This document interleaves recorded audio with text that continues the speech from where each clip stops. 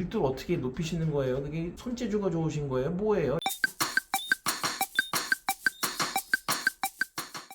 풍성 모발 수호자 백현웅 원장입니다. 제가 얼마 전에 학회에 갔는데 학회에서 어떤 원장님께서 발표를 하나 하셨는데 무슨 내용이었냐면은 모발 이식 후에 생길 수 있는 불만 사항들을 쭉 정리해 놓으셨는데 아직까지도 가장 많은 퍼센트를 차지하고 있는 불만 사항이 뭐냐면요, 밀도입니다.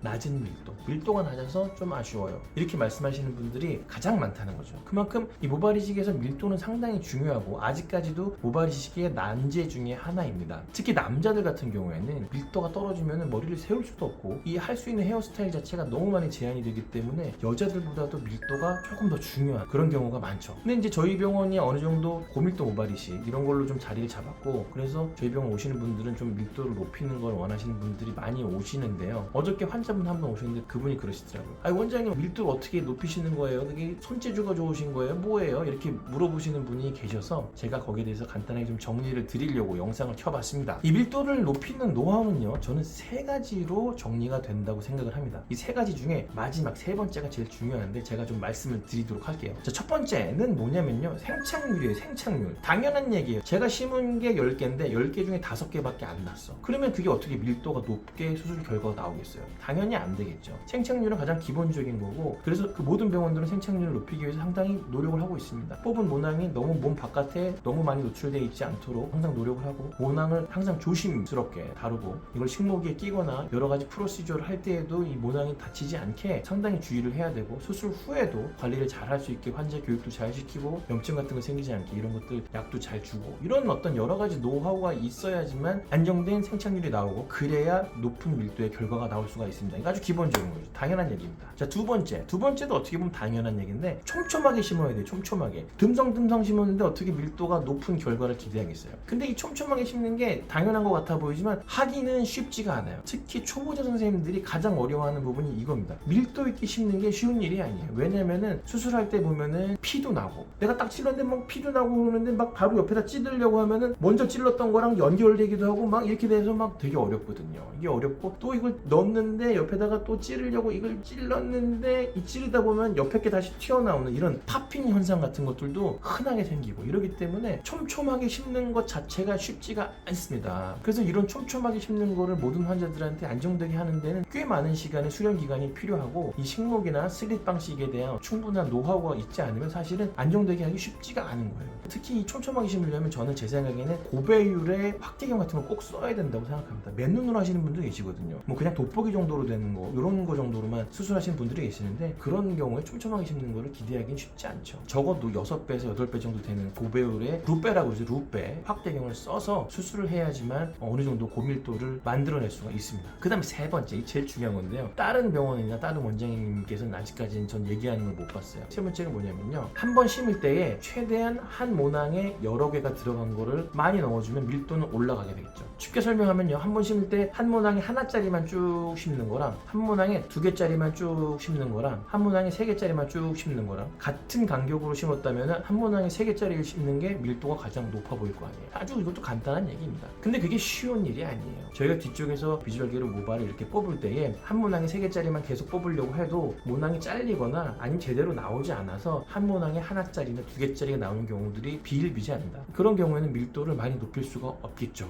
사실 저희 병원이 잘하는 게 뭡니까? 이거 뒤에서 이거 뽑는 거잖아요. 저희는 최대한 2-3개짜리를 타겟팅해서 다 뽑고, 나오는 것 중에 손상된 거 보면 1-2% 사이밖에 없거든요. 그러니까 똑같은 간격으로 심어놔도 다른 병원보다는 조금 더 밀도가 높아 보일 수밖에 없는 거고, 사실 저희 병원의 이 고밀도의 핵심은 뒤에서 뽑는 기술이라고 저는 생각을 합니다. 자, 오늘은요, 이 모발 이식의 밀도 문제에 대해서 말씀을 드려봤고요. 이 모발 이식에서 밀도는 상당히 중요한 거고, 촘촘히 생착률 높게, 그 다음에 뒤에서 모낭 손상 없이 잘 뽑아야지만 만들 수 있는 거다. 이게 이제 핵심입니다. 이번 영상이 도움이 되셨다면 구독과 좋아요 부탁드립니다. 풍성